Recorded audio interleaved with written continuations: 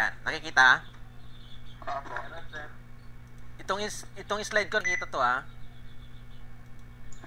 Yan po, hindi po. Okay po. Yan. May interval lang sir, may interval. Medyo na pero lumalabas naman. Okay, so medyo babagalan ko na lang. So, example nitong ito, nakikita nyo? Sir. Ano yung nakasulat?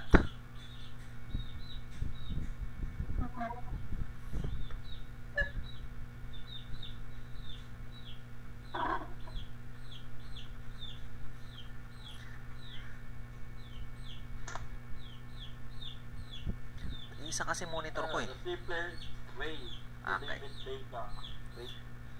Sige. So nakikita naman. Meron po. Sige, dito tayo muna. Kita naman. Gaano katagal yung delay niya pag nag-switch ako ng slides? 3 seconds, sir. Seconds lang, sige. Yung mga sir, try mo ulit. Ayan, nag-switch ako ng slides. Sir, mabilis. Yan. Split na seconds. Seconds Ayan, lang. matagal. Yan, nagbukas na. Nagbukas na? Wala ka pa. Wala pa? Wala pa. 15 seconds, sir. Naku, mukhang delay dun sa iba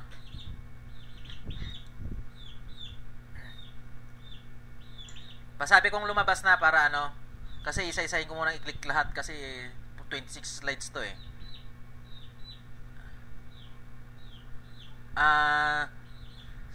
Sino ang pwedeng maging moderator dito na isa?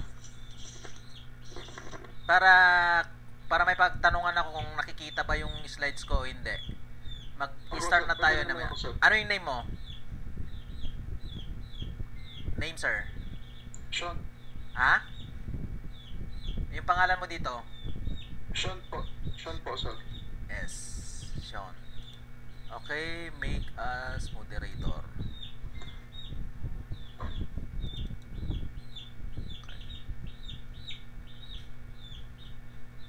Add role.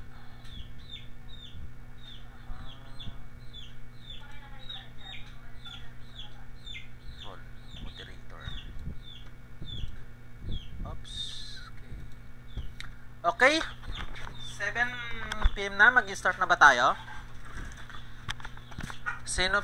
Ilan na sa 39 na ba tayo? Kaso 100 kasi ang pwede nating i-accommodate. So kung 39 pa lang ang nandito, so tayo na lang muna. Okay, naka-ready ba ang yung mga Microtech? Yes po, sir. Ready po.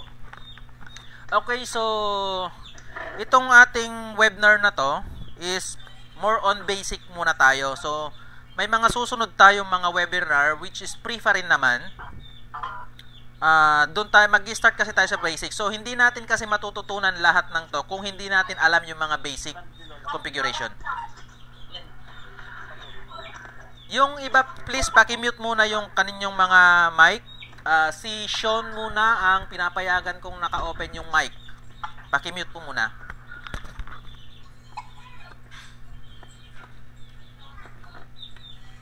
Okay, mag-start na tayo. Pa-open muna ako ng yung mga mic. Sabihin nyo kung ready na kayo or hindi pa. Ready po. Okay, ready na po. So, ilan po lahat? Ilan po tayo lahat?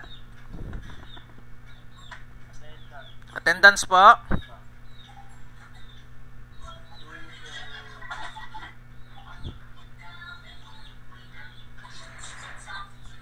Sino yung nagpapatugtog?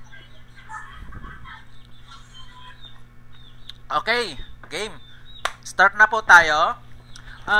So itong webinar natin is free sa lahat ng ating member sa tech community. Kung meron mang hindi pa member dito, mag-subscribe na po dun sa ating page at saka dun sa group po natin para kung ano yung mga pwede nating matutunan or mga tanong tayo, pwede nating post dun sa ating group.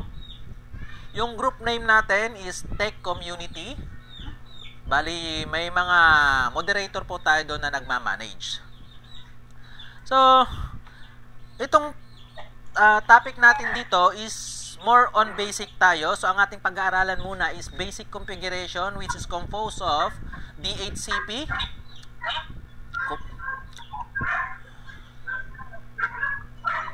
Pa-close po yung inyong mic. Sino po yung naka-open pang mic? Yung may tumatahol na aso? Si ano muna ang naka-open ng mic? Si Mr. Sean. Okay, thank you. May tumahol. Okay, so ulitin ko. So, compose po ito ng DHCP client. Paano tayo mag-create ng DHCP client? So, basic configuration muna. Static. Paano tayo mag-create ng static? Paano tayo maglagay ng NAT sa ating Microtech? Paano tayo maglagay ng DNS setup sa ating Microtech? Then, tatakil din natin yung subnetting. Ano ba dapat yung mga dapat na ginagamit natin na IP address? Hindi yung basta lang tayo pipili ng mga IP address. Then, ano yung mga class ng IP address? Tatakil din natin yung dual 1. Gagawa tayo ng mga activity mamaya sa dual 1. PPOE setup. Basics PPOE setup. Mangle, paano pag-a-add ng mangle? Paano rin yung pag-a-add sa simple queue. So, lahat yon is more on basic tayo. Huwag muna tayong pupunta dun sa mga advanced setup kasi pag hindi natin alam po lahat ng mga basic, wala rin pong mangyari, bagsak po rin natin is tanong din tayo ng tanong. So, kailangan nating alamin muna yung basic. Okay? So, start tayo sa DHCP client. So, DHCP client setup. So, ito yung pagse-setup natin ng ating Microtech sa ISP through DHCP lang. Which is very basic lang siya. Paano natin gawin. Ito yung pinakamadali. So, ganito po siya gawin. So, ang basic setup niya is, pupunta muna tayo. So, tignan nyo po yung sa ating screen kung paano siya. Mayroon po siyang steps. So, 1, 2, tsaka 1 and 2. So, sa Microtech, okay, switch lang ako sa ating Microtech para makita nyo yung screen. Share screen. Okay, nakikita ba yung Microtech ko? Yes po. Okay. So, nakikita, okay? So, sa DHCP setup, unang-una is i-press nyo muna yung IP. DHCP client. Then, i-press yung add sign.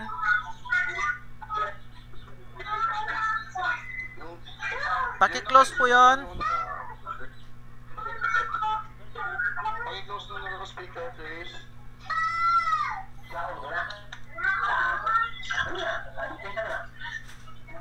Paano ba i-mute lahat itong mga to?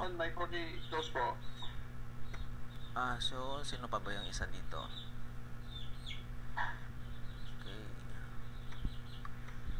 Okay, so nakikita nyo yung Microtech ko ha? So, yung mga Microtech nyo, kung naka-ready yung Microtech nyo, so, click lang ang add, then iselect nyo yung interface kung saan nakasaksak yung ISP modem.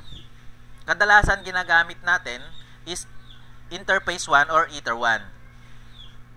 So, i-click nyo yung, so, kung gusto yung naka-DHCP lang, dapat naka-check yung use per DNS, use per NTP, tsaka add default route. Pag add default route, meaning, automatic niyang i-add yung gateway ng ISP nyo para magkaroon siya agad ng IP address tsaka gateway. So, i-click apply. Okay. So, naka-disable siya. So, i-click lang yung enable. Ayan. Para magkaroon siya ng IP address. So, makikita nyo yan, automatic magkakaroon ng IP address. Okay? So, nagawa nyo ba? So, ganun lang kadali yung pag-a-add ng DHCP IP sa ating Microtech. Okay? Sir, pwede ko ba i-reset yung previous config ko? Pwede sir, pwede sir. System reset configuration, sir. Okay, no default config mo lang. So, yung mga question and answer natin mamaya, i-ready nyo na lang pagkatapos ng ating topic. So, ngayon, ang ano muna is focus muna tayo sa ating tutorial. From basic muna tayo. Okay, sir? Okay, so, ganun po yung pag-a-add ng DHCP para makapag-obtain tayo ng IP address directly doon sa ating Microtech modem. Then, next slide natin. Mahirap pala mag-switch screen. Dapat meron akong taga-ano eh. Change Windows, go tayo sa ating next slide. Chef, mahina yung sounds mo. Aha, mahina yung sound ko. Malakas mo, sir. Okay. Ayan, nakikita niyo ulit yung display? Delay pa po. Delay pa. Wala pa.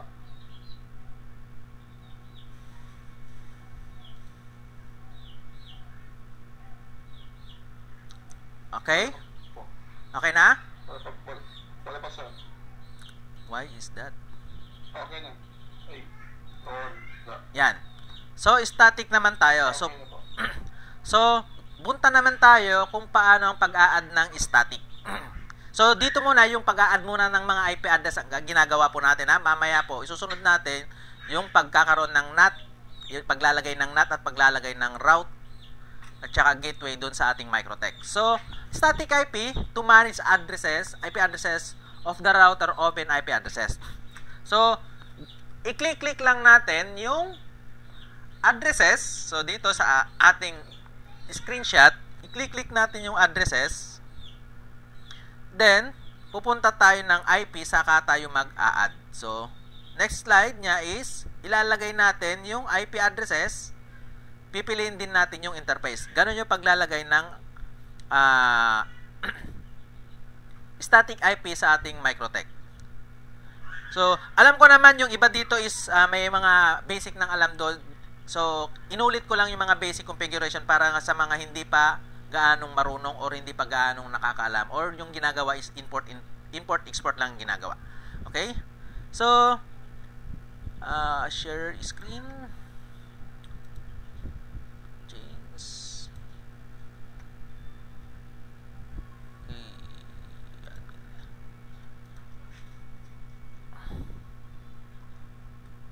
Okay? So, ito na ulit yung Microtech natin. So, pag nag-add kayo ng DHCP client, dapat wag na kayo mag-add ng static IP. Kung isang ISP lang pero kung dual ISP, pwede kayong pwedeng yung isa DHCP, pwedeng yung isa static.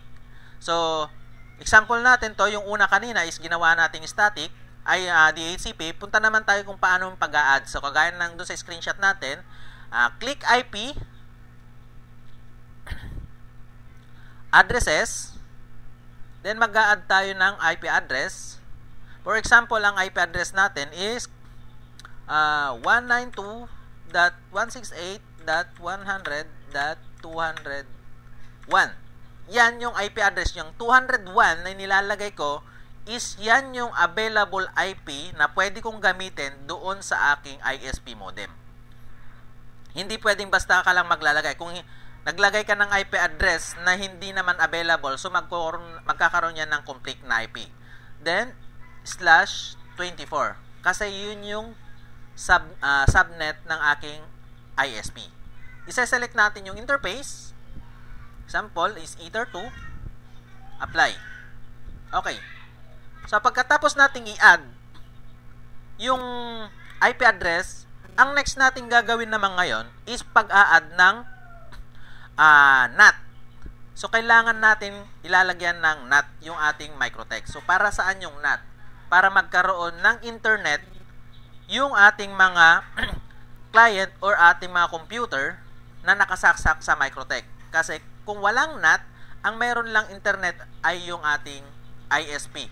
Magkakaroon ka, pag nag-ping ka, merong ping, pero yung client mo, wala namang internet. So, kaya tayo maglalagay ng NAT. Okay? So, pupunta tayo ng IP. So, bali, hindi na ako mag-switch doon na sa ating presentation kasi parang matagal yung loading niya. So, diretso na lang tayo dito sa ating Microtech. So, pupunta tayo ng IP, firewall. I-click natin yung NAT.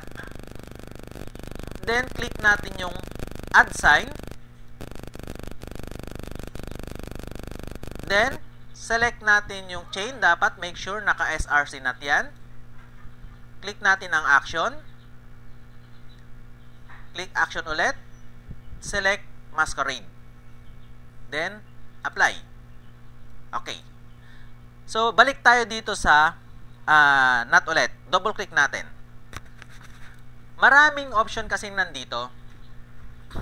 Pag ganito ang ginawa nating setup, source NAT lang, then action masquerade, ibig sabihin, lahat ng IP address included sa ating Microtech, binibigyan natin ng karapatan magkaroon ng internet. So, kung gusto nating, kung anong IP address lang ang gusto nating bigyan ng internet, pwede nating ilagay kung anong source. Halimbawa, dito sa ating IP address na nilagay, halimbawa, ito lang. So, example, hindi ito yung gateway, yung ISP ko, So, palitan ko na lang. So, sabihin natin 10 yan. Yan. Gawin natin, ito yung ating interface. Halimbawa, ito yung interface ng ating client. Okay. Yan. So, ilalagay natin yung source address na 192.168.10.0/24. Ibig sabihin, ito lang yung bibigyan natin ng internet na IP address. So, yung ibang IP address na i-add natin dyan, hindi magkakaroon ng internet. Ibig sabihin, magkakaroon siya ng DHCP lang or magkakaroon siya ng IP address, buhay lang siya, pero wala siyang internet. Hanggat di natin dinalagyan ng source address. Pero kung gusto natin lahat, automatic, tatanggalin natin yung source address. Then, select out interface. Ilalagay natin yung out interface natin, which is, ito yung ating interface ng ating ISP, which is ito yung sinelect natin. Okay? Then, apply lang natin. Okay. Then, next, na gagawin natin, meron na tayong NAT, kailangan nating maglagay ng DNS. So, kung naka-click natin yung IP, DNS, okay, kung ginamit natin kanina ay DHCP client, automatic yan magbibigay ng DNS from the router itself. Kasi, ang selection kasi natin dito kanina sa DHCP client is meron tayong use per DNS tsaka add default route. So, automatic magkakaroon na siya ng DNS. So, sa static naman, kailangan nating mag-add manually ng DNS. So, i-add natin yung DNS na gusto nating ilagay. For example, 8.8 and 8.8.4.4. Pwedeng isa lang ilagay nyo dyan. Okay? Then, apply. Okay. So, after natin mailagay yung DNS, next nating ilalagay is yung route. So, paano natin i-add naman yung route? So, IP, click natin yung route, then mag-a-add tayo ng panibagong route. So, ulitin ko ulit, kanina ginamit natin yung DHCP, kaya nagkaroon ng automatic na route dito. So, mag-a-add tayo ngayon, click natin add, select ang gateway, ilagay natin yung gateway ng ating ISP modem. So, ano yung gateway na yon? Malalaman natin yun doon sa ating ISP. Makikita natin doon kung ano yung DHCP list niya na gateway. So, kung ano yung makikita nyo doon na, kasi yung iba ginagamit hindi 1 eh. So, minsan 1, minsan 2, yung iba mas mataas na range para ina-avoid nilang yung guessing ba ng gateway. So, example, ilalagay natin dito, ito yung gateway na nakuha ko, 192.168.100.1. Then, click apply. Okay? So, ipapakita ko kung paano siya na-add doon sa aking ISP. So, mag-switch lang ako ng aking Microtech na isa.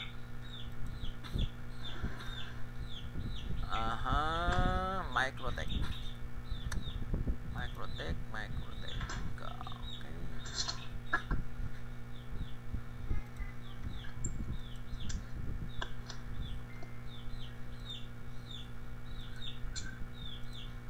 So naka-open Okay. mic pag isuyo, paki-off na lang. Okay, switch screen.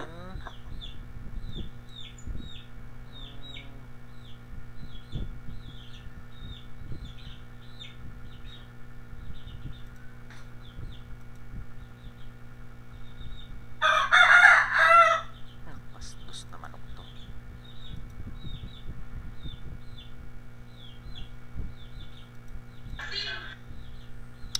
Okay. Hirap pala gamitin tong discards na to. Every time kailangan ko mag-switch ng screen. Paano ba kasi buong screen ko na lang kaya? Ayan.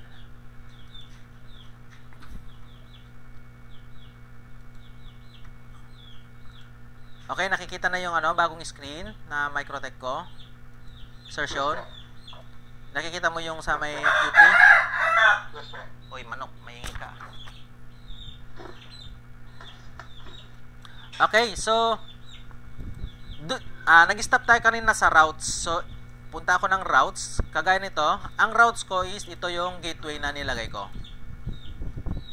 Naka DHCP pala to. Ayan, bakit? Dapat ito. Teka, wag to.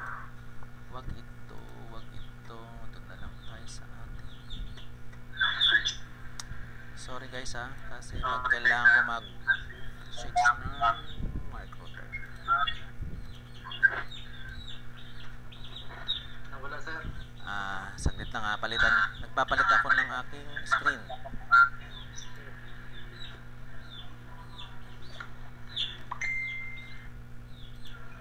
Share screen.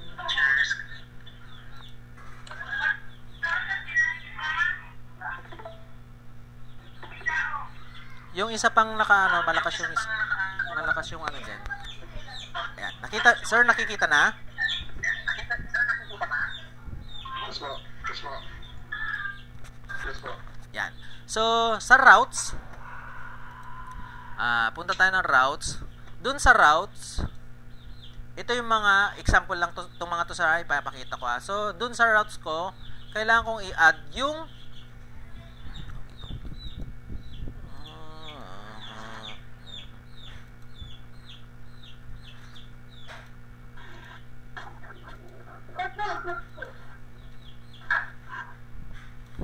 So, ganyan yung pagkaka-add niya. So, pag na-add nyo na yung gateway, so, doon kayo magte-test ngayon. Mag-ping ngayon kayo kung meron ng Google or may internet na yung mga Microtech. Request time out. Bakit ka request? Yan. Okay? So, ganun yung pag-a-add ng DHCP tsaka static sa ating Microtech. Okay, saan na tayo nag-stop? DHCP. So, doon naman tayo ngayon pupunta sa ating pag-a-add naman ngayon ng Mangle rule sa ating Microtech. So, ang itatakal ko lang doon is yung basic lang na pag-a-add ng Mangle rules.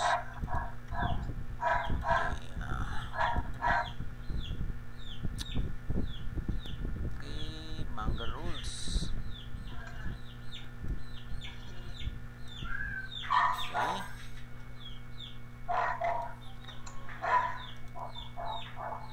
Yan. So, sa pag-a-add ng Mangle rules, ano nga ba yung Mangle rules na sinasabi? Bakit? Saan ginagamit yung Mangle rules? Okay, Mangle rules. Saglit lang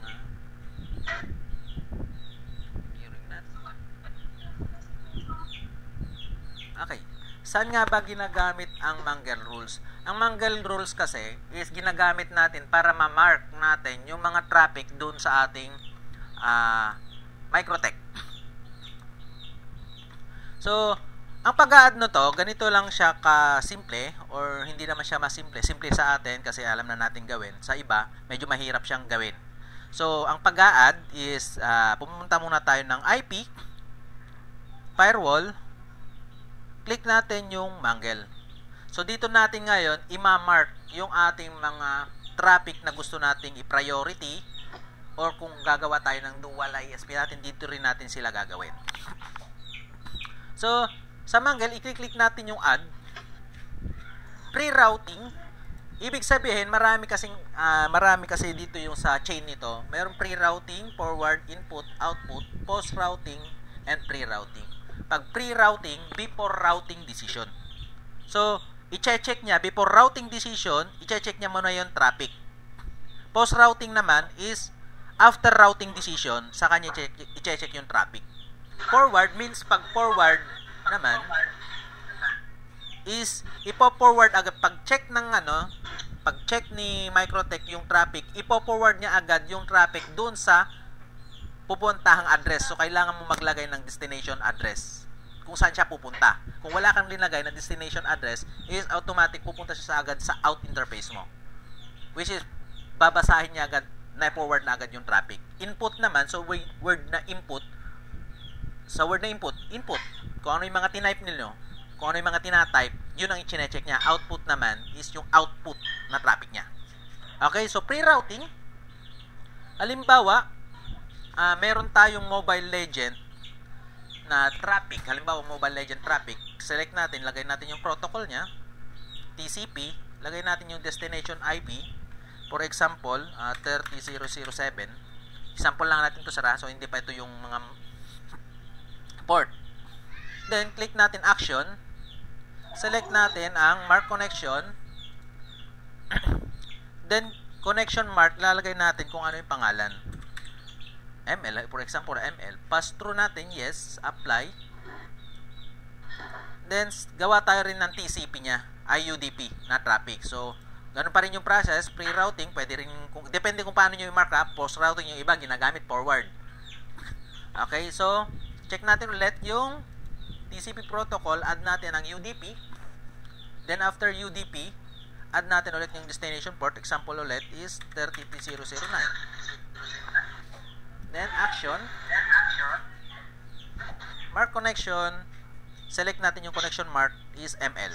Pass-through siya ulit. So, bakit pass-through? So, ibig sabihin, pag pass-through, meron pang susunod na traffic na pupuntahan. After niya ma-check, meron pang susunod. Ipapasa niya ulit yung traffic pababa. Apply. Okay. Then, click natin add ulit. Select naman natin ngayon yung connection mark. Ano yung ginawa natin kanina? Which is connection mark nun is ML. Traffic. So, click natin yung ML traffic. Action. Click natin yung mark packet. So, mamarkahan na natin yung traffic. Para pagkatapos nito, after, kasi kaya ginamit natin yung pre-routing. Namarkahan na natin siya. So, ipapasa natin ngayon sa mark packet. Select natin is ML, yung lalagay natin pangalan. ML traffic. Pass through uncheck, meaning tapos na yung traffic. After, pag natapos na yung traffic, ipapasa niya ngayon yun dun sa HTTP natin or papunta na yan ngayon dun sa ating Q3 or simple queue. Apply. Okay. Okay. So, take note lang guys, pag nag-a-add kayo ng ganitong port, pag meron kayong traffic dito sa ilalim, halimbawa, gumawa kayo ng traffic na pre-routing, tapos, ang inassign nyo, wala kayong inassign na ilagay nyo lang dyan is MAC connection, all traffic. Yan. Ibig sabihin, pag ito nandito sa baba yan, babasahin niya muna itong mga traffic na yan sa taas bago niya ipasa papunta sa baba. New rules yan. Pero pag linagay nyo to sa taas, lahat ng traffic na yan, babasahin niya sa taas, wala na itong nasa baba. Dahil ito lahat, pinasa niya na agad. Kasi wala kayong dinefine dito na TCP or UDP. So, by default, binabasa niya agad yan kung ano lahat ng traffic. Wala na siyang babasahin papunta sa baba. Okay, guys? So, pagkatapos nyo i-create yan, siyempre, ginagamit natin lahat to pag gagawa tayo ng Q3 or simple queue. So, dun sa simple queue natin,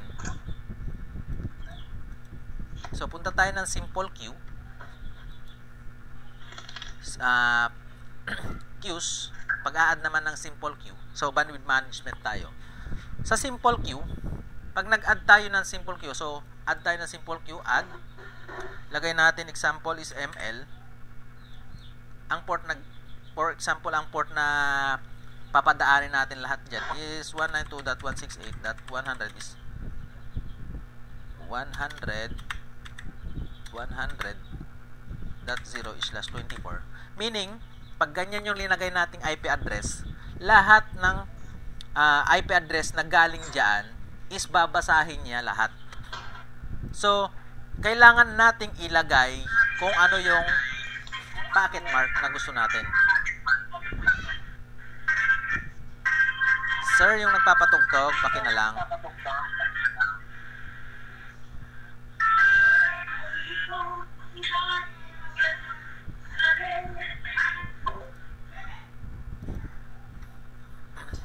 Okay? So, Off yung mic nyo. Ang ulo ba? okay. So, Sarah tsaka DJ. Pakipatay ng mic nyo. okay, so tuloy tayo. So, doon sa ating advance, pag wala kayo kasing nilagay dito sa advance na packet mark, ibig sabihin by default, yung simple queue nyo is babasahin niya lang, dire-diretso yung traffic. Hindi niya nababasahin yung nandun sa mismong Mangle rules nyo. Kasi wala kayong dinefine na packet mark. So, sa advance, ilalagay nyo yung packet mark dito. So, halimbawa, ang nilagay nyo is ML traffic. Ang babasahin lang nitong traffic na to, itong simple queue na yan, is more on ML lang na traffic. Yung ibang traffic, hindi niya dadaanan. Dahil ang dinefine natin dito is ML traffic. Ngayon, pag wala kang nilagay dyan, ibig sabihin, wala siyang babasahing traffic. As is yang by default lang, babasahin niya lang yan. Dire-diretso lang lahat. Halimbawa, naglagay ka dyan ng max limit niya, max limit na 2M, yan lang ibibigay niya na speed. Wala na siyang pakialam dun sa Mangle rules na ginawa nyo. Dahil wala naman siyang dinefine, wala kayong dinefine na packet mark. So, pag naglagay ka ng packet mark naman dyan, kung anong dinefine mong packet mark, yun lang din yung babasahin niya. Wala siyang pakialam dun sa ibang rules. Kung ang linagay nyo dito is download lang din ang babasahin niya. So, yung ibang traffic naman ngayon, ipapasa niya ngayon kung meron kayo pang ginawang ibang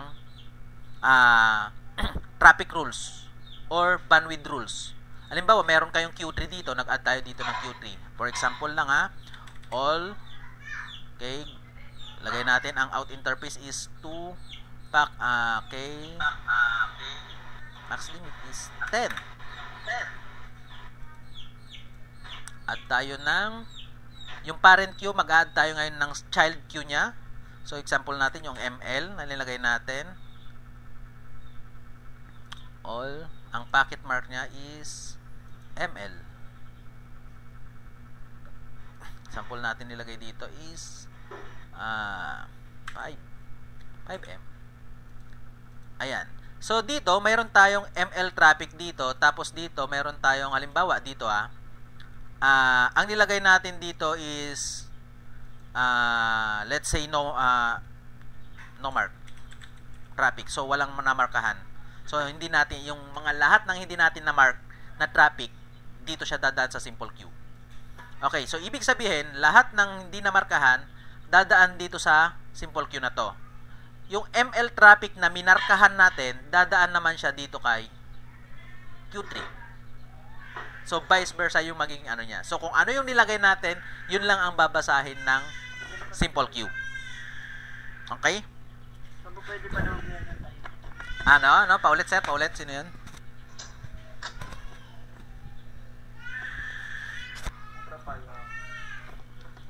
Okay? So, ganun yung pag-a-add ng ating simple queue. So, sa simple queue kasi, ang pagbabasa ng simple queue is from top to bottom. Mula sa taas, pababa. Pag natapos niya dun sa taas basahin, wala na siyang pakialam dun sa taas, pupunta na agad dyan na baba. Pag hindi nakapasa yung rules dun sa taas niya, pupunta siya agad sa baba. Unlike kay Q3, na lahat yan sabay-sabay niyang binabasa. Okay? So, sa paglalagay naman ng bandwidth management, may kanya-kanya tayong paraan kung paano gawin. So, on my experience, sa aking pagkakaintindi, at saka sa aking mga experience kasi, is ganito yung the way ng paglalagay ko ng bandwidth. So, gagawa muna tayo. Gagawa muna ako ng 3 rules. So, all, let's say, all DL, tapos gawa pa ako isa, all UL. UL naman is yung ating interface na gateway. So, copy ML das app.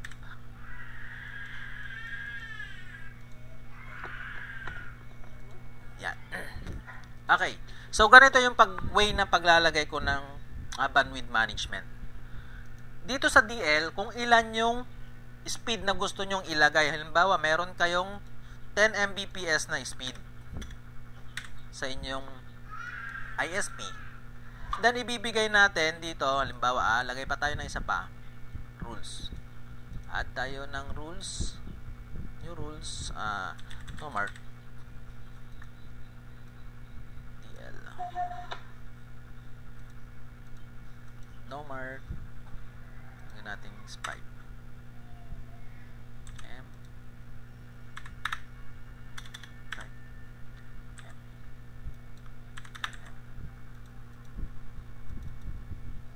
This is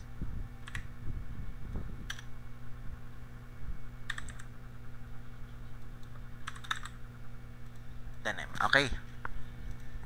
Ganito yung paglalagay natin or paglalagay ko ng bandwidth management. Kung ilan yung total na bandwidth nyo dun sa taas at naglagay kayo dito sa ating rules sa Q3 ng rate limit at, ibig sabihin kasi pag limit at is guaranteed speed agad na ibibigay ni Microtech doon sa rules na to. So, ang pagbasa kasi ni Microtech ng bandwidth management is yung unang basa niya, kung ilan yung nakalagay na bandwidth mo, yun yung i-distribute niya agad. Susubukan niya i-distribute kung sapat ba yung speed na dineclare mo dun sa taas, dun sa pinaka-parent queue niya. Dun sa child queue niya, i-distribute niya agad yun. So, meron tayong 10. Naglagay ako ng limit at na guaranteed speed na 3M. Yun, bibigyan niya agad yan ng 3 Mbps.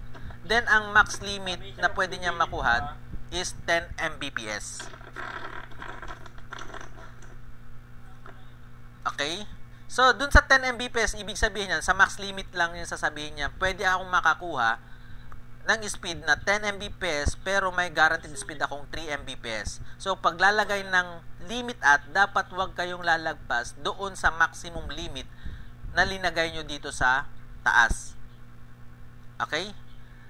So, dito ulit, naglagay ako ulit ng 5 Mbps, which means total na speed na lagay ko lahat is guaranteed speed lahat nitong dalawang traffic na to is meron na agad 8 Mbps. Meron pa akong sobra. Hindi ko siya sinasagad kasi in case na merong kailangan pa ng speed na makuha, mayroon pa siyang huhugutin na speed para hindi niya agad kakainin lahat. Ganun yung paglalagay ko ng traffic ay ng bandwidth management dun sa ating Q3.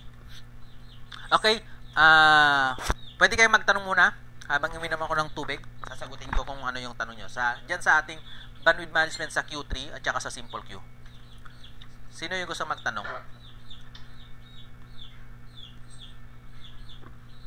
Meron po ba gusto magtanong? Parang walang ayaw magtanong Binigyan ko ng Sino Tokyo daw sa? Ah? Hindi mo ba narinig? Si Tokyo daw. Sino? Nagsasalita siya. Sino? Si Tokyo. Tokyo Tubayan. Tokyo, asan si Tokyo?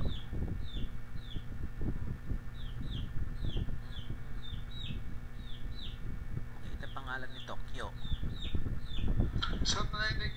Ayan. Narinig mo mo siya? Ako, naririnig kita. Okay, Sir Tokyo, anong... Si Tokyo. Ayan, Tokyo. Narinig mo, boss? Yan, sige sir. Nakamute ka kasi Nakamute pa rin ba ako? Na-check ko na Okay, sige. Boss, tanong ko lang, boss, parang narito kasi ako doon. Di ba, boss, dapat yung, yung all download, boss, dapat Ether 1 po ba? Ether 1 po siya? Hindi sir, ganito kasi yan. Ulitin ko lang. Alam ko, ISP yung download Yung download, hindi ISP. Yung download mo, ito yung out interface mo. Yung DL. Okay. Kung saan lalabas. Yung upload naman, yan yung lalabasan niya. Yan yung ISP mo. Kasi sa example natin kanina is Ether 1, yung ating ISP, ang out na interface natin is C2. Yes, tama pala. Ganun pala, kala ko ang download ang ano, palabas pala yun. Yung download nyo kung saan lalabas or saan nang galing. Halimbawa, sa PPOE interface mo galing, yun yung magiging download mo. Yung upload, yung lalabasan naman ng traffic mo, palabas na yun, papunta na sa ISP mo. Yun yung upload mo. Which is, pag ginamit mo kasi yung ganitong style, nagdedetermine ka, linalagay mo, na ang bawat isa, ito yung download, ito yung upload. Pag ginawa mo kasing global to, yung parent mo, halimbawa ginawa mong global, hindi mo kailangan maglagay ng maglagay pa ng upload. Kasi pag sinabi mong global, lahat yan, lalabasan yan. Either download or upload yan. Pero, meron pa ring Oo nga po, kala ko global talaga nilalagay. Nakikita ko kasi sa kanila eh. Hindi. Pag global kasi, ganito yan, sir, ha? Pag sinabing global, lahat, pwede mo i-determine, sir, ha? Pag sinabi kasi meron pa ring identification yan. Pag nakalagay ka yan, sa queue type mo, default is small, or default lang nilagay mo, or default is small, compose yan ng upload and download. Pero, kung naglagay ka dyan, nag-define ka ng queue type na download, ibig sabihin, global, lahat ng interface download, yun lang yung babasahin niya. Hindi kasama si upload. Kaya yung iba, minsan may ginagawa nila, global, dalawa yung global nila, pero yung sa queue type nila, naglalagay sila ng queue type na PCQ, download, dinidefine nilang download yan, at saka dinidefine ng iba, upload.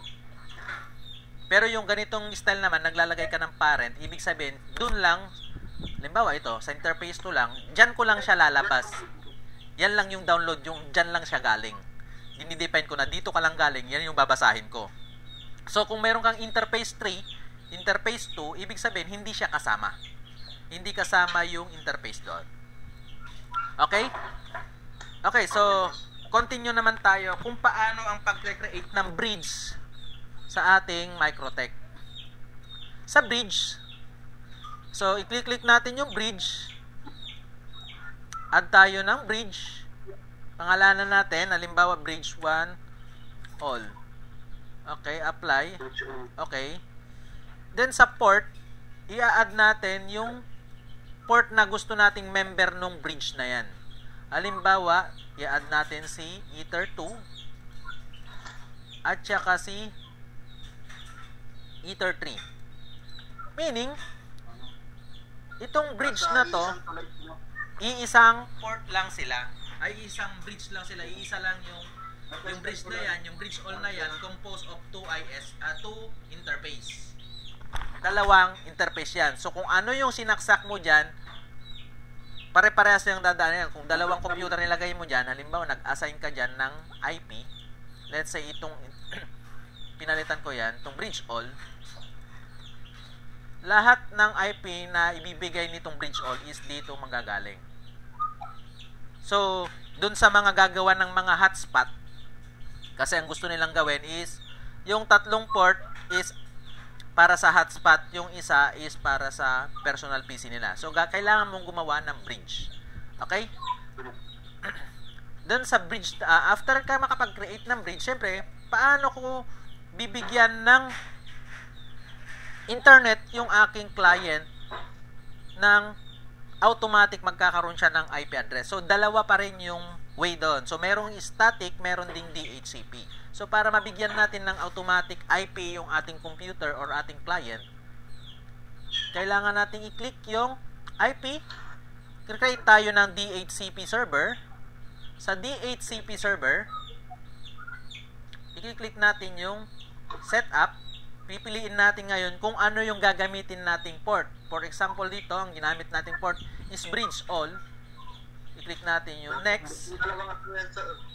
So dalawa yan. So next lang natin. Next, next, next, next, apply. So ibig sabihin, lahat ng isasaksak mo dito sa port na yan, sa port 2, port 3, automatic magkakaroon yan ng IP address. Magkakaroon yan ng IP address nang galing sa computer mo. So, balik lang ako sa NAT, ulitin ko lang dun sa NAT. Firewall NAT Okay. So, ibig sabihin dito sa firewall NAT na yan, sa source address ko is 10 lang yung dinefine ko, 192.168.0./24. Ibig sabihin, yan lang yung pwedeng bigyan niya ng internet. So, yung binigay ko na IP address na 100 ito lang yung bibigyan niya ng IP ng internet. So, halimbawa, naglagay pa ako dyan ng 192.168.20.0/24 halimbawa lang yun dyan, hindi niya bibigyan na ng internet yan. Kahit anong gawin mo yan, hindi niya magkakaroon mag-internet hanggat hindi mo binibigyan ng panibagong NAT. Kung gusto mo naman, lahat ng IP address na dinefine ko dyan, magkaroon ng internet, so ang gagawin mo lang, ulitin ko, tanggalin mo yung source address, tanggalin mo yung out interface, apply, okay. Automatic lahat yun magkakaroon ng internet. Okay? Kung wala kayong create na DHCP server sa inyong mga Microtech, ang gagawin nyo naman ngayon doon is kailangan yung i-static isa-isa yung mga device na gusto nyo magkaroon ng internet para magka-internet siya kung walang IP address. Dahil hindi yan magkakaroon ng hindi mag-obtain yan ng IP address. So, paano nyo gagawin yon? So, siyempre, pupunta kayo sa LAN interface ng inyong mga PC or mga device. Mag-a-add kayo manually. I-a-add nyo yung IP address na ginamit ninyo. Kung ano yung nilagay nyo. Okay? So, i-reset. Teka, delete ko lang muna lahat tong mga ginawa ko. So, ganun yung pag-a-add ng pag-a-add ng DHCP sa client. Okay, dun sa may mga tanong ba sa sa basic pa lang na ginawa natin? So, very basic lang yung ginawa natin. So, may tanong lang ako, sir. Okay, sino tong nagtatanong? Sean po. Okay, sige, sir. Yung sa NAT po, pag example, pag nag-define ka kanina nung address yung address pool, yung 0./24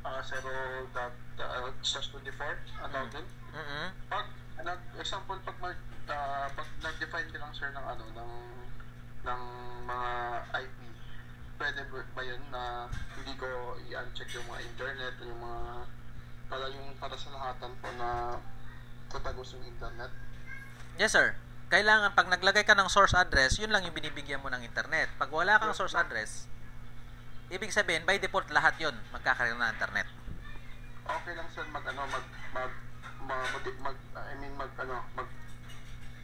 double yung sa NAT. Okay lang, sir. Walang problema, sir. Kahit dalawang beses ka kahit mag-add ka ng dalawang NAT. Halimbawa, ito ang ginawa mong add. Naglagay ako dito ng source address na 1024 out interface ISP. Pwede pa ako lang mag-add ng panibagong NAT dyan. Halimbawa, itong isa. Ayan, 20. Copy. Yan. Pwedeng dalawa yan. So, ibig sabihin, itong dalawa na yan, binibigyan mo ng IP address. Yan ang binibigyan mo ng karapatan magkaroon ng internet. So, nangyayari ito naman. Okay? So, proceed tayo ngayon doon sa mag-proceed tayo ngayon doon sa pag-create ng PPPoE. So ano muna tayo? Sa hotspot muna tayo. Kung paano yung pag-create ng hotspot. So, sa pag-create ng hotspot, pwede ba yan sa boss? Pwede ba sa Hex? Pwede yan sa Hex. Kasi sa Hex meron tayong sa Hex walang kasing interface, walang interface yan na wireless. Walang built-in. So, kadalasan ang meron yan is yung mga half-life, half AC2, at saka merong 4011 na merong antenna rin. Or di kaya meron din yung Metal 2, yun, yung mga mayroong wireless. Yung half-life, hindi siya advisable. Si half-life kasi ginagamit yan, home lang, kumbaga basic lang siya. Okay, so, paano naman tayo mag-create ng ating hotspot sa ating Hex or sa ating half-life? So, sa mga Hex, okay, sa mga Hex, ang kailangan kasi natin doon, kailangan meron tayong outdoor antenna, kumbaga. Meron dapat tayong outdoor antenna na isasaksak or AP na isasaksak kasi wala naman siyang wireless. So, ang gagawin natin ngayon, create muna tayo ng bridge. Halimbawa, yung 3, example natin dito is 2 at saka 3, ginamit ko siya na pagsasaksakan ko yan ng, tanggalin ko lang muna yung ating DHCP dito ha. Okay. Hotspot, pull. Okay, example ko dito is yung 2, 3 na port, halimbawa to hex to ha, halimbawa hex. 2, 3, gagamitin ko siya para sa access point. Para magkaroon sa hotspot ko. Okay, so mag-create ako ngayon ng IP hotspot. Sa hotspot, i-click natin yung hotspot setup. Sa hotspot setup, i-click naman natin ngayon yung bridge. Si bridge kasi yung gagamitin ko sa AP. Ngayon, kung meron niyang built-in yung ano nyo, yung mga Microtech, pwede nyong i-add dun sa bridge yung WinLAN, wireless LAN niya para kasama na siya sa hotspot. Okay? So, ine-next lang natin. Next. Next. Next. Next. Next. Next. DNS name is yan yung gusto nyong palalabasin na halimbawa hindi automatic lumabas yung login page, pwedeng yan ang ilalagay nyo. Halimbawa, ilalagay natin is wifi.net. Sa wifi.net, so, dun sa login portal, yan yung itatype ninyo para lumabas yung login page pag hindi siya automatic lumabas. Then, click yung next. Then, click lang ang next. Apply. Okay. Dito sa addresses, double click natin. Sa akin kasi, tinatanggal ko to. Bakit ko siya tinatanggal? Kasi, pag ginamit natin halimbawa addresses per MAC, ibig sabihin nangyayari kasi ito yung nagkakaroon ng issue na pag login nila tapos lumipat ng access point, nag-iba yung MAC address or yung mga device na bago ngayon is mayroong random MAC na lumalabas. Random MAC na yung mga latest na cellphone. So ang solution doon is pwede nyong gawin doon sa mismong device is dapat nakaselect yung use device MAC or kung naka-random MAC siya, dapat tanggalin nyo to. Tanggalin nyo yan para walang pero dapat same device para hindi niya pwedeng gamitin sa yan na. Pag naka-login na siya, hindi na malalagin yun ulit kasi nababasa na. So, 1:1 lang. Pero pag nagginamit yung account is wala dun sa active user, pwedeng malipat yung account pag wala naman ito. Pwedeng gamitin sa ibang account naman. Pwedeng ibang CP or ibang computer pag wala naman to. So, kadalasan tinatanggal ko talaga to para hindi na ako yung kukulit-kulitin. Kuya, bakit hindi na gumana? Kasi already login na daw or no more session allowed. Kasi nga, nababasa, meron ng MAC na naka-registered. So, meron pang isang way. Ang isa pang way is dun sa sa profile na create nyo. Halimbawa, meron tayong 1 hour na yan. For example, 1 hour. Sa idle timeout, maglalagay kayo ng idle timeout dyan. Example, ang idle timeout is 10 minutes. So, every 10 minutes, pag nag-idle yung client, automatic makikik yung user para ma-free yung user na yon. So, pwede na ulit may login pag nag-idle siya. Okay? Ang lang kasi naman dito, ang magiging hassle lang dito is lagi kang nagta-type lang password. Everything. Hindi na, pag idle lang pero kung hindi naman siya idle, hindi naman siya kailangan mag-type. Pero pag nakik na siya, automatic lalagin siya ulit. Ito yung other way na ginagawa. Tapos, yung MAC cookie nyo, dapat tasan nyo lang. Halimbawa, 1 day lang. Huwag nyo masyadong tasan yung MAC cookie. So, para ma-register yung MAC address, kung kaninong cellphone lang, yung pwedeng gumamit. So, pag 1 day, mag-expire yan ng 1 day agad. So, pwede hindi na kailangan mag-login pa siya ulit dahil nandun na, naka-register na sa cookie yung account. Okay? So create naman tayo ng profile. Halimbawa, 1 hour, profile. Okay? Sa idle timeout, pwede natin ilagay ang 10 minutes. Keep time alive, 10 minutes din. Then, ang MAC-cookie, gagawin lang nating 1. Apply natin. Okay. Dito, pwede tayong maglagay ng queue. Halimbawa, dito halimbawa, gagawa tayo dito. Example lang natin sa queue natin kanina. Meron kasi tayong ginawa dito kanina. Halimbawa dito, hotspot. Create natin hotspot queue, HS. So, 192.168.100.0/24. Yan yung IP address sample ng ating hotspot. I-insert naman natin ngayon yung queue. So, 1 hour. So, lahat, ibig sabihin dito, pag ginawa ko ng ganito, nag-queue, sa parent queue, ilagay ko dito hotspot, apply.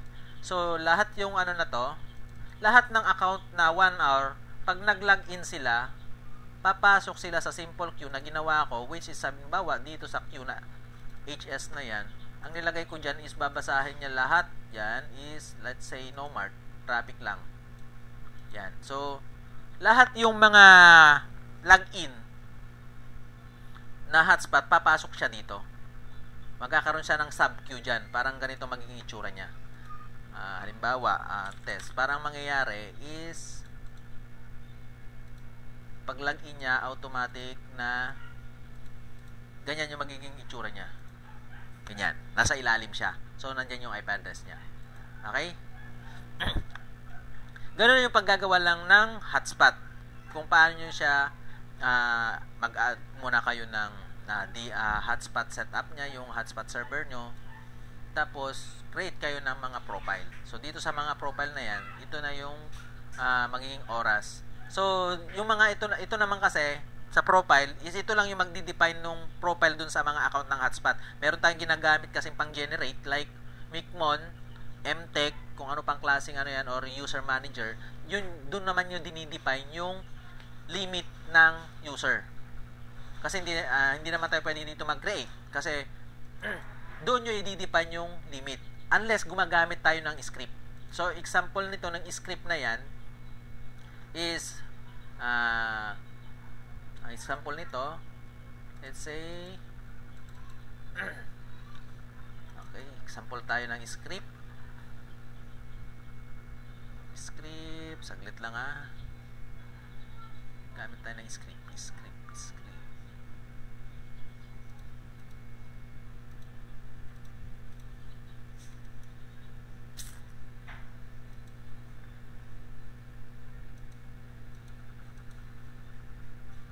Allah.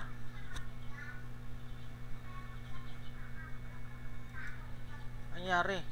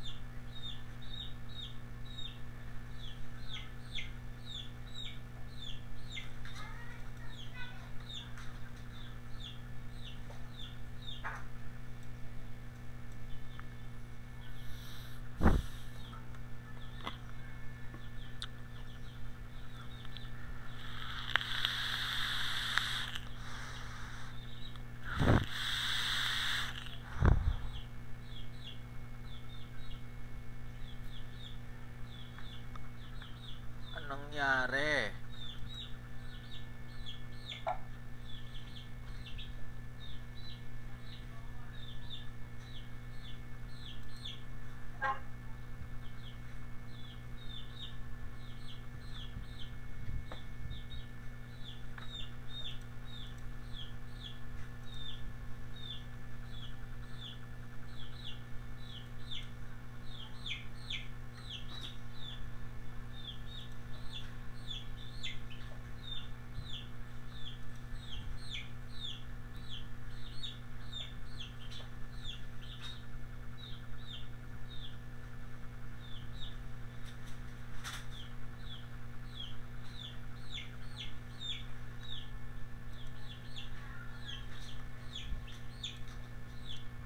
Hello?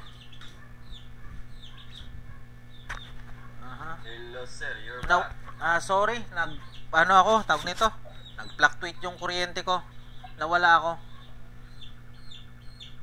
Nawala yung computer ko, nag-restart. Sorry guys. Aha, asan na yung ano natin? Ating screen kanina. Aha. Ulit.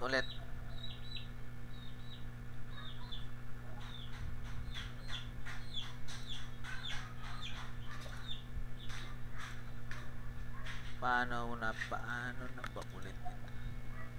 Okay. Hello guys, sorry ah.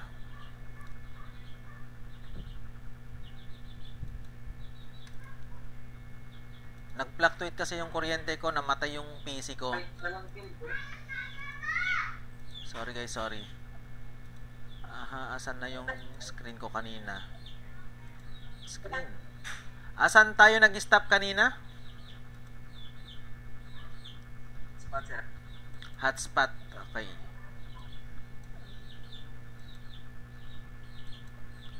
Ulit lang ah. Aha, mag-open. Hotspot. Mag-open lang ako ng aking hotspot server.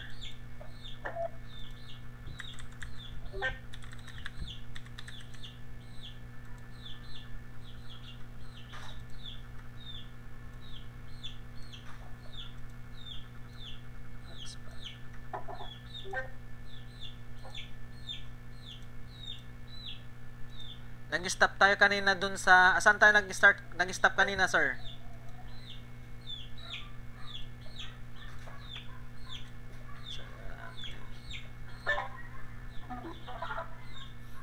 Bridge tayo, bridge. Ay, dun sa bridge. Okay. Sorry guys, nawala dung ano.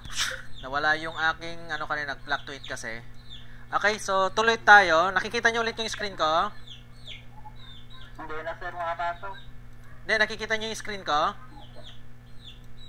Video is not available. Yes sir. Video... Yes sir, opo, nakikita po. Nakikita na ba? Yes sir. Nakita na po. Okay, thank you. So, dun sa bridge, halimbawa dun sa bridge ng wifi nyo, so i-add nyo lang yung mga port na gusto nyo na member nung hotspot. So, for example, dito sa aking screen, yung nakikita nyo, ang hotspot na gagawin ko is yung hotspot, lahat yan, kasama sa hotspot, tsaka pinagsama kong PPO, tsaka hotspot kasi. So, lahat yan magiging member ng AP ko. Okay, so, una-una, pagka-create nyo ng bridge nyo, so sa system, IP, hotspot, create kayo ngayon ng profile. So, click nyo lang yung setup. Yan, setup nyo. Click sa setup. Halimbawa, itong wifi na yan. Next nyo lang. DNS server, next. Tapos lalagay nyo yung DNS name nyo. So, pag nalagay nyo yung DNS name, so yung DNS name, yan yung magiging tatype nyong pag hindi lumabas yung login page, yan yung itatype nyo. Halimbawa, wifi.net, yan yung itatype nyo dun sa browser para lumabas yung login page nyo. So, halimbawa, na-create na siya. So, ito na siya.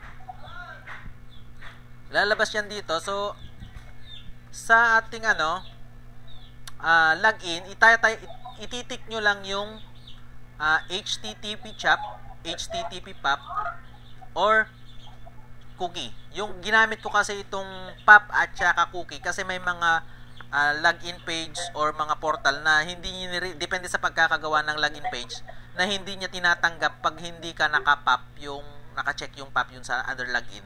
Yung cookie naman, chine-check ko yung cookie para remember yung MAC address or yung MAC cookie ng aking mga client. Okay? Doon sa user profile naman, sa user profile, create kayo ng user profile, pangalanan nyo yung pangalan ng user profile nyo, idle timeout, lalagay nyo yung idle timeout. Pag hindi active yung account, automatic ikikik niya yung user. So, kailangan niya ulit mag-relogin. So, ito rin yung naging isang solution doon. Halimbawa, merong no session allowed na nangyayari dun sa mga cellphone. Nangyayari yun pag lumipat ng AP, nagbabago yung MAC address. Kailangan makick siya within 10 minutes pag hindi siya nag-idle, magre-relogin siya. Other solution is maglalagay kayo dun sa hotspot sa server nyo. Yung MAC cookie, tatanggalin nyo yung MAC cookie para kahit magpalit-palit siya, halimbawa, nagbago yung MAC address niya, nag-random MAC ang ginagamit niya, automatic makakalagin pa rin siya. Kahit na magbago yung MAC address niya. As long na active dun sa user na yun, pag dun sa device lang na yun. Pero kung ibang device ang gagamit, hindi niya magagamit dahil nakalagin, naka-registered sa isang device na siya. Pero kung same device lang, babasahin niya, nagbago lang yung MAC address. Kaya tinatanggal ko ang address sa per MAC. Okay? So, ipapakita ko naman yung tamang setup doon sa wireless setting ng ating mga Half-Life. Kasi kadalasan ginagamit ng iba is by default lang. So, mag-open lang ako ng new Winbox ko, yung mayroong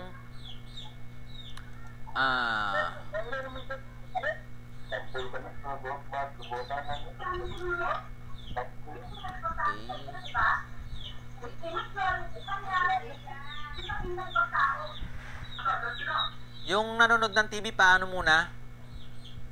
Pa-mute muna yung mga nanonood ng TV dyan.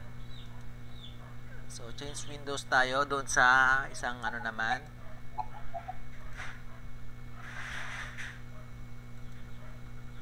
Okay. Nakikita nyo itong isang Windows ko na nandun sa aking wireless. Nakikita nyo, sir? Hello? Hindi po. So, hindi nyo nakikita. Okay. Ay, nakikita na po ba? Stream ended po. Connect.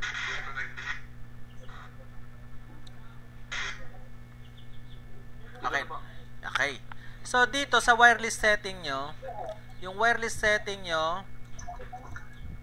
ito yung tamang setup ng wireless setting ng yung mga Microtech. So, dun sa wireless setting, sa advanced mode nyo, make sure lang na naka-AP bridge yan. Check nyo AP bridge. Band niya, BGN. Always ginagamit ko lang 20 MHz lang ginagamit ko lagi. Frequency, ilagay nyo yung frequency, select nyo. Wag kayong masanay dun sa auto. Kahit dun sa mga router nyo, wag kayong masanay sa auto channel. Always use 1611 na channel sa inyong mga modem. Then, lagay nyo yung SSID. Protocol nya, kadalasan ito hindi nyo nase-select to eh. Napapansin ko lagi sa mga ibang nagse-set up or ibang mga nagbaguhan na nagse-set up, hindi nila sineselect yung wireless protocol nyo. Kasi dapat select nyo yung 802.11. Mode ko, pinapalitan ko lagi itong tinatanggal ko, dinidisable ko ang WPS. Frequency mode, kay Microtech, always use regulatory domain. Yan ang lagi nyong gamitin. Country, select nyo, then antenna gain 2. Ang nilalagay ko lagi. Okay? So, kung naka-Half-Life kayo, halimbawa itong nakikita nyo ngayon dito is Half-Life to. So, dito, mayroon akong bridge na create, which is yung bridge na yan. Yan yung ginamit ko para sa hotspot.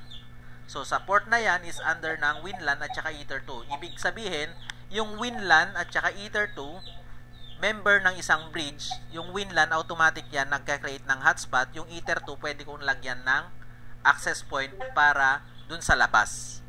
Isasaksak ko lang siya, set as AP mode, automatic na yun na magkakaroon siya ng hotspot din pag kumunik kayo.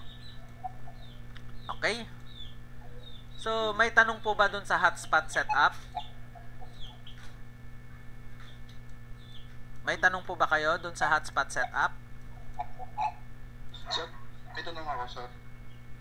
Okay, sige sir.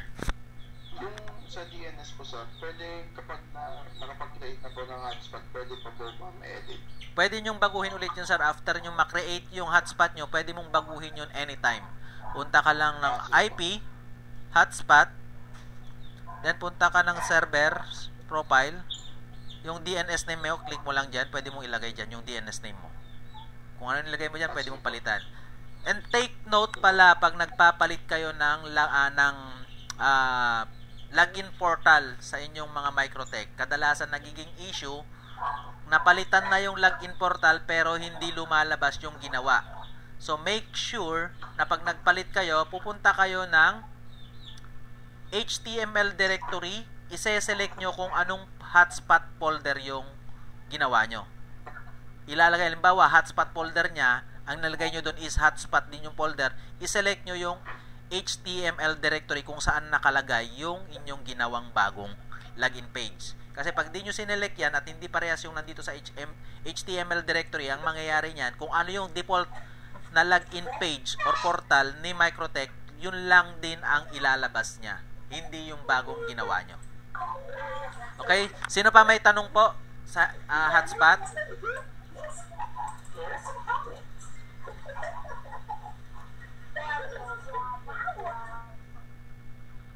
Sino pa po ang may tanong sa hotspot? Mayroon po bang magtatanong sa hotspot?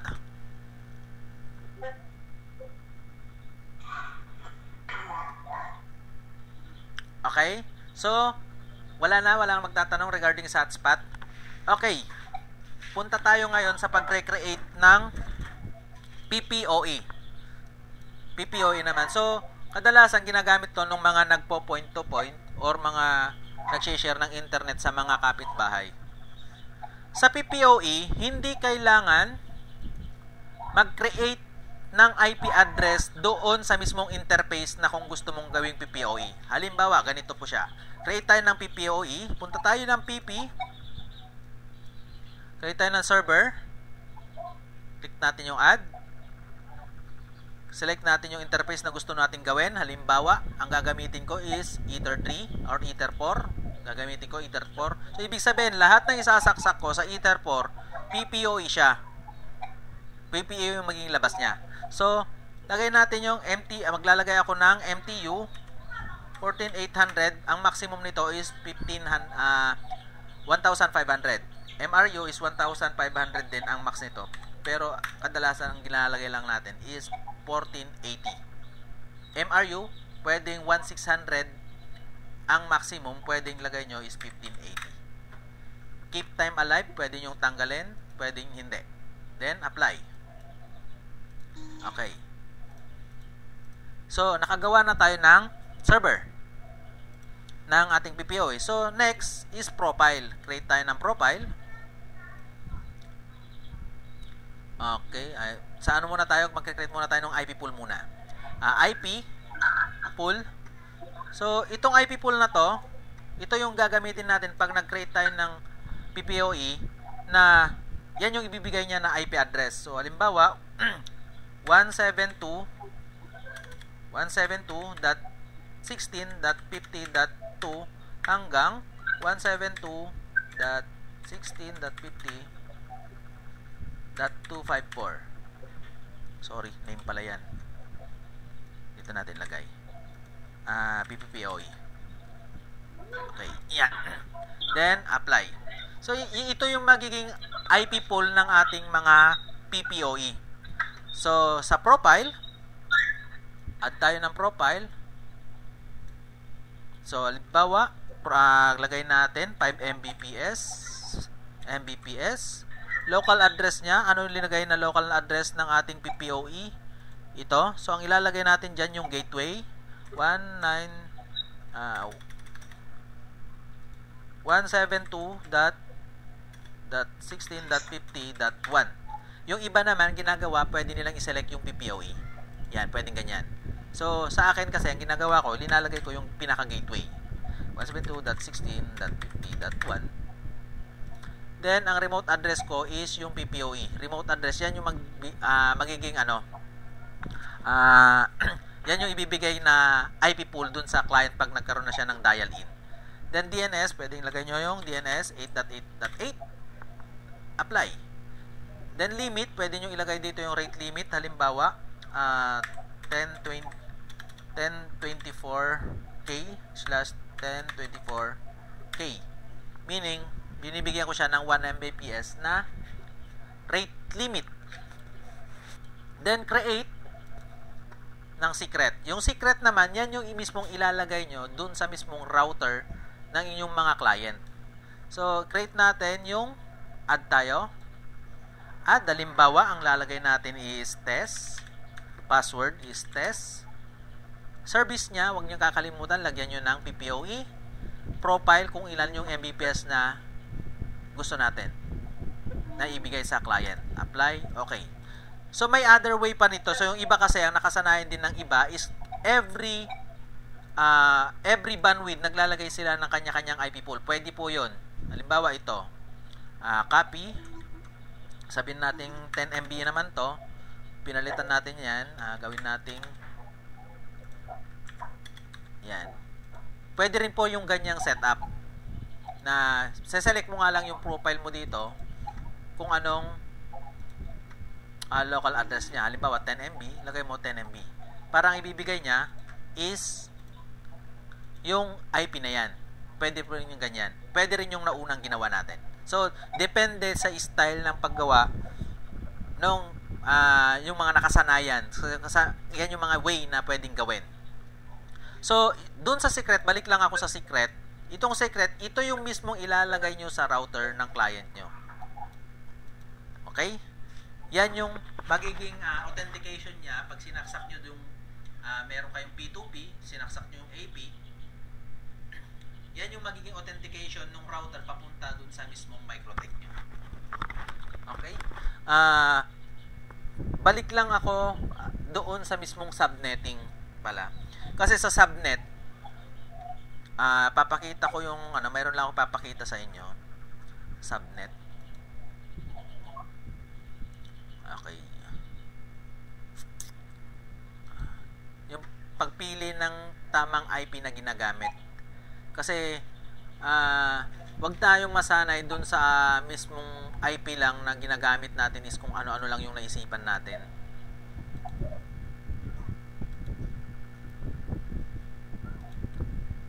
Ay, sir. Nakikita nyo ba to, sir? Nakikita nyo ba? Yung sa IP class? Okay.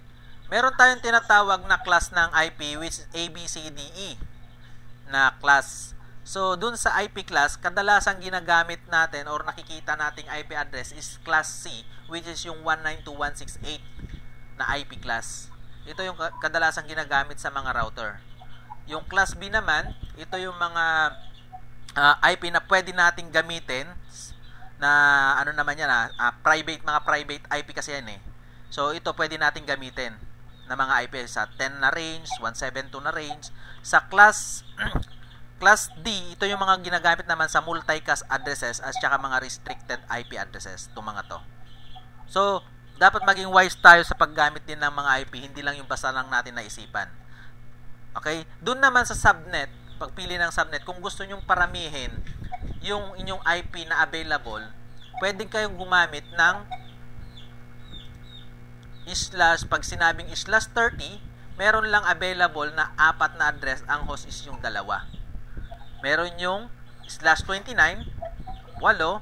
So, kung gagamitin natin, kadalasan natin ginagamit is /24.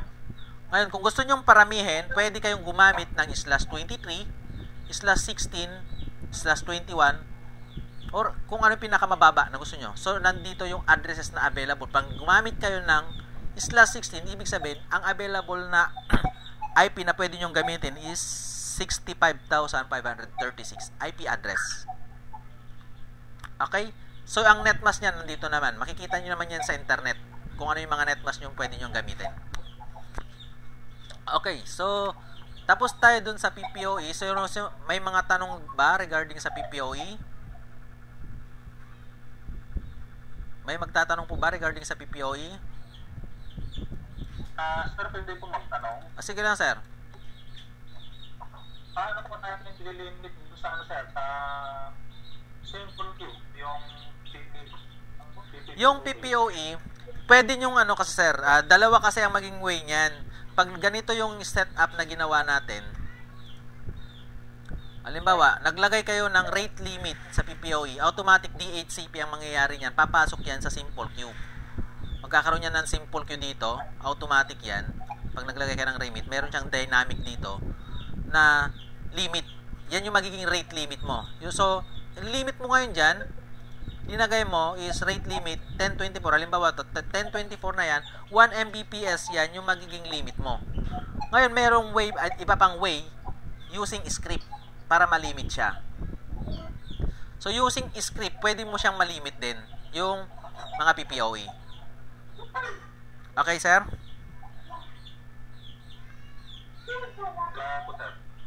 Okay, sino pa may tanong po regarding sa PPOE bago tayo pumunta sa dual 1 configuration?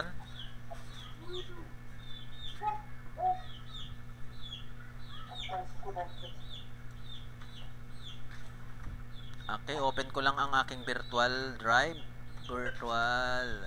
Saan na yung aking VMware?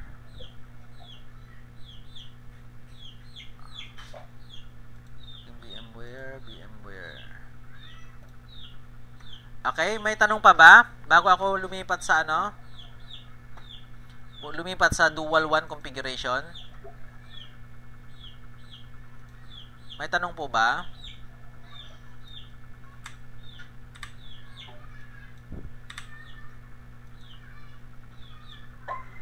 Silent night yata. Silent night. Sinong may tanong? Walang bang magtatanong?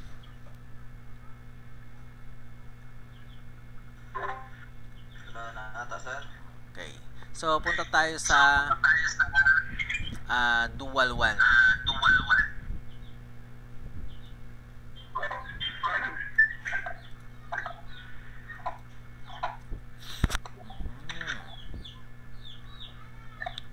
Saan na aking Microtech?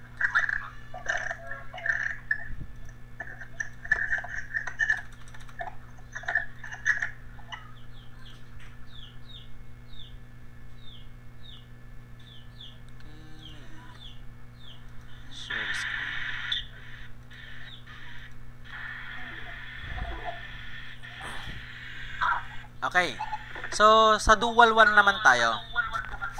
Dual configuration. So, sa dual configuration, may tatlong klase ng dual configuration or multi-configuration, multi-ISP configuration. Meron tinatawag na PCC, merong ECMP, meron ding tinatawag na NTH na types ng dual 1. So, itong ipapakita ko sa inyo is PCC using PCC method. So, na-create ko na siya actually. So, ang ipapakita ko lang sa inyo dito is yung normal naman maglalagay tayo ng mga IP addresses, tapos yung mismong DNS, so naipakita ko na kanina. So, ang papakita ko sa inyo is yung mismong mangle rules lang ng PCC method. Maraming type na ginagamit sa PCC method. So, ang ipapakita ko sa inyo is yung mismong ginagamit ko na PCC method. Very simple lang siya na PCC method. So, sa mangle rules, nag-create lang ako ng isang pre-routing na rules. Pre-routing. Then, meron akong destination address list na ginawa. So, asaan yung destination address list na yan? So, meron akong address list na ginawa ito. Yan. So, ipakita ko muna yung, linagay ko dito yung IP address. Pinangalanan ko, modem gateway IP list. Ito yung IP address ng ISP1. Ito yung IP address ng ISP2. Tapos, meron akong allowed IP Ibig sabihin, ito lang yung i-allow ko lang magkakaroon ng internet mamaya. Okay? So, sa Manggal rule, meron akong accept rules. Meaning, ina-accept ko yung lahat ng traffic na galing dito sa mga, ano na to, destination address na to, i-accept ko muna siya. Ayan, so meron akong accept rules niyan. Isa. Then, pangalawa, pre-routing ulit.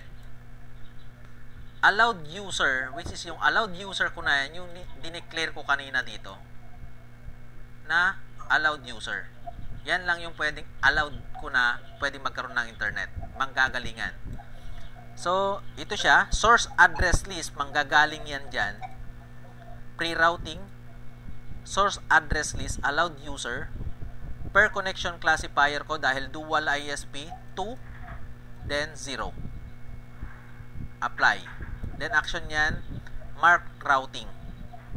Mark routing. Yan. Then, routing mark niya ISP 1 or 1.1. Pangalawa, mark routing ulit. Create ako ulit ng pre-routing. Advance niya, both address port 2, 1.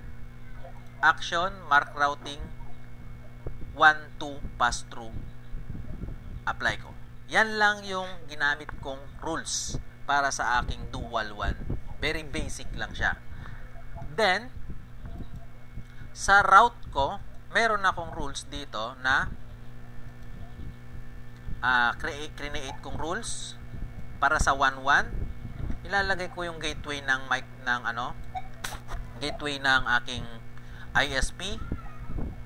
Routing mark niya 1.1. Same with 1.2.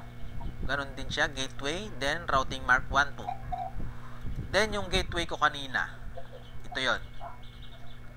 Para magkaroon sila ng internet. Then, using recursive route, gagawa tayo ng recursive routing niya. So, pwede tayo mag-add tayo ngayon sa recursive route. I-add natin yung destination IP 8.8.8. Then, yung gateway is 192.168.1.1. I-apply ko siya. Mag-recreate ka ulit ng panibago. Magkagawa ka pa ng isa. Single lang to single recursive lang pwedeng gawin kasing dual recursive eh. So, panibago ulit. Lalagay ko naman ngayon dito 8.8.8.8. Then, ang scope ko, gagawin ko siyang 30. Or pwede ko siyang gawing 230 ang scope. Yan yung magiging recursive routing niya. So, makikita nyo yung recursive, kasi kaya hindi makikita ang recursive yan dahil unreachable yung mga IP. So, ipapakita ko yung actual na ginawa ko doon sa aking router. Okay, new Winbox. So,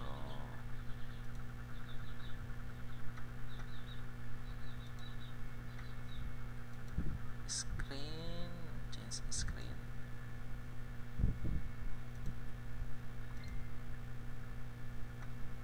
Ayan. So, nakikita nyo to, itong isang, ito. Ito yung actual na recursive routing niya. Yan, enable ko lang ha. Yan. Yan yung actual na recursive routing ko. Okay, nakikita nyo sir, mga sir? Nakikita nyo po ba? Okay. Ipapakita ko lang din ulit. Oh, ito yung sa okay. So, dahil tatlo yung ISP ko dito, tatlo rin yung nilagay ko. So, yung pangatlo is 3.2. Okay. Pangalawa, 3.1. Pangatlo is 3.0. Okay. So, ito yung PCC rules lang na ginawa ko. Sa ECMP naman, wala siyang gaanong rules na nilalagay. So, using lang, ginagawa lang nila is, pwede mong gawin lang is mag-add ka lang. Add ka ng route. Add ka ng route pagka mayroon ka ng DHCP na ISP. Yung dalawang gateway, ilalagay mo lang dito. Halimbawa yan, 192.168.1.1. at saka 192.168.2.1. Ayan, ilalagay mo, apply mo lang yan. Automatic yan. Yan yung ginagamit naman sa ECMP method. Tapos, ang rules niya, gagawa ka lang ng dalawang mark routing. Dalawang accept, dalawang mark routing lang ang ilalagay mo, which is parang ganito rin siya. Okay. Parang ganito lang din siya. Ayun ba? Ganyan. Yun lang dia, pero wala kang mga source address. Basic lang mark routing mo. Tapos, out interface. Yung out interface mo, ilagay mo yung out interface at saka in interface mo lang.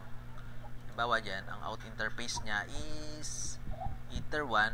Ang in interface niya, yung source na panggagalingan mo. Yung lalabasan niya mismo. Tapos, maglalagay lang kayo ng new related and new related para sa ECMP naman. Then, apply nyo lang siya. Ganun lang sa ECMP method. So, yung guide ko naman dito sa dual ISP na to, meron din naman akong guide actually doon sa ating YouTube channel para sa ECMP at saka PCC. Which is itong ginawa ko lang kasi dito is pinaiksi ko lang yung PCC method na ginawa ko para sa dual ISP. Okay, may tanong po ba sa dual ISP?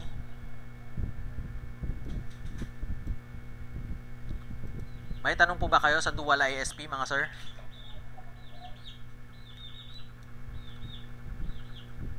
Okay. Hello? Sino? Wala na yatang nakikinig. Okay, meron po bang tanong?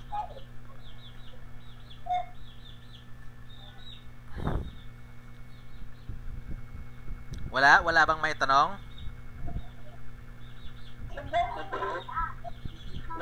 Tatanong lang din po. Yes, sir. Paano po naman po yung same gateway? Pag same gateway, so ito, saktong-sakto na itanong mo sa akin yan, same gateway. Halimbawa, parehas na 1.1 yan. So, kailangan mo siyang i-define na ganito siya. Napapansin mo itong linagay ko na number sign? Napapansin nyo ba? Pag same gateway, kailangan yung i-define yan. Ibig sabihin yung percent sign na yan, ay ilalagay mo yung percent sign after ng itatype mo muna yung gateway, percent sign at pangalan ng interface nung mismong ginawa mo. So dito, meron akong ether 2. So, yan yung pangalan ng interface, naglagay ko ng percent sign. So, ibig sabihin, yung percent sign, babasahin ni Microtek, sasabihin niya na itong gateway na to is different gateway papunta doon sa ibang interface din. So, ibig sabihin lang yan, trinitreat niya na ibang interface to, ibang gateway. Magkaiba sila ng dadaanan. Kahit na iisa yung gateway nila, yung percent sign ang magdi-define na magkaiba sila nitong gateway na ito doon sa isa pang gateway. Ganun yung lalabasan niya. Kaya naglalagay tayo ng percent sign. Tanong ko lang, sir. Effect din po sa recursive po yan? Yes po. Effect din po sa recursive? Yes po. As you can see naman po dito, makikita mo meron akong recursive routing dito. Naka-define din. Okay, thanks po. Okay? Anything po?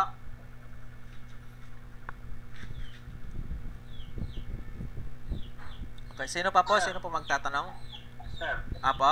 Tanong pa lang po, sir, yung paano paggawa ng recursive kanina, hindi ko kasi nakita, sir, nag-block yung string ko. Okay, so paggawa ng recursive, gagaya nito, sir. Ayan. Ulitin ko ata. Halimbawa, tatanggalin ko yung recursive routing ko dito. 1, 2,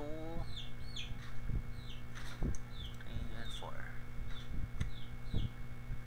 Okay. Disable ko lang yung recursive ko dito. Okay, so sa paggawa ng recursive routing, halimbawa ito. Sinong kokopyahin ko? Itong si 2. Ayan. Parehas kasi ito. Gagawa ko ng recursive routing nito.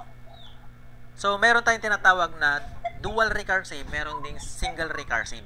So, gagawa tayo ng single recursive lang. So, i-copy ko. Sa screen, sir? Na hindi makita sa screen, sir? hindi makikita. Opo, sir. Yung ano pa rin ang nakalagay, yung mga routes pa.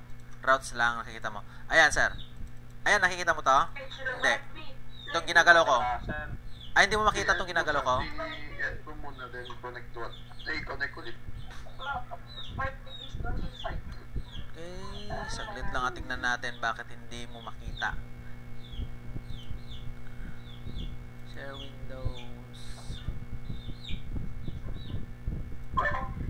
Sir, gawin mo lang is i-refresh mo na yung web mo, tapos balik ka lang sa watch streaming.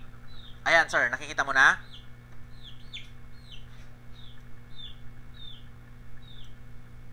Nakikita mo na, sir? Wala sir, naglo-loading. Sino nakakita? Nakita ko, baka mahina lang yung net siguro. Ayan. So, meron naman tayo, sir. Meron naman tayo dun sa i-upload ko rin to doon sa ating channel para makita mo rin actual na kung paano siya ginawa. Okay, sir? Sige, sir. Okay. Salamat. So, sino pa, sir? May tanong? May tanong po ba? So, hanggang dun lang. Akala ko abutin tayo lang hanggang alas 10. So, hanggang dun lang yung muna natin, tackle natin. So, susunod nating itatakle is mag-advance naman tayo kung ano mga ituturo kong advance. Tapos, so go tayo sa question and answer kung ano yung mga tanong nyo, isa-isa lang. So, yung tanong nyo, kung kaya kong sagutin, sasagutin ko. Pag hindi, pass. Okay po? Sino ang gustong magtanong?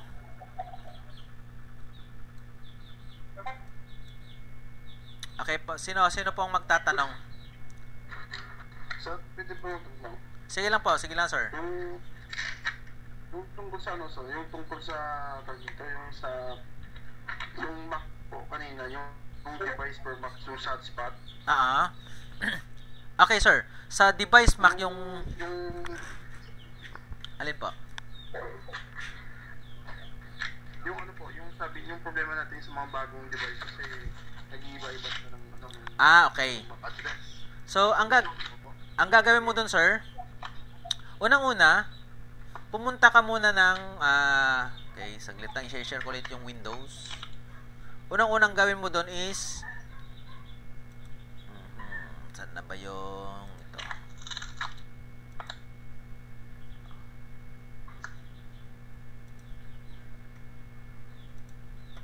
Okay. This is the file. Hotspot.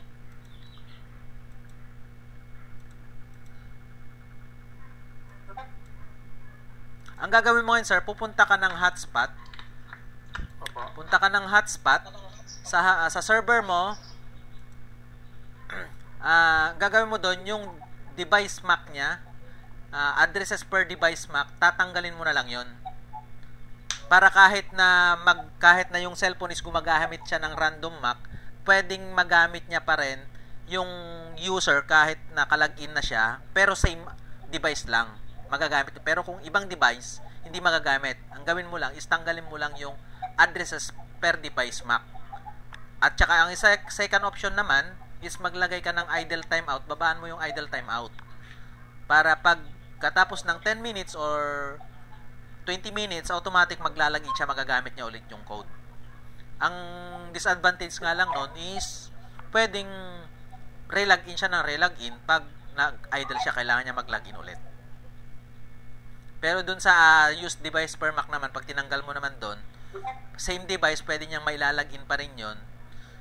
Pag nagbago yung MAC address niya ulit, magre-relogin na naman siya ng panibago. Pero same device lang. Bali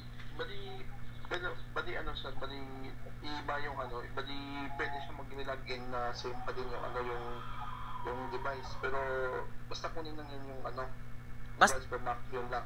Tanggalin mo lang yung device per Mac mo para makapag-login pa rin siya. Sige. Sabi, sir. Thank you. Okay, sino pa? Sino pa po may tanong?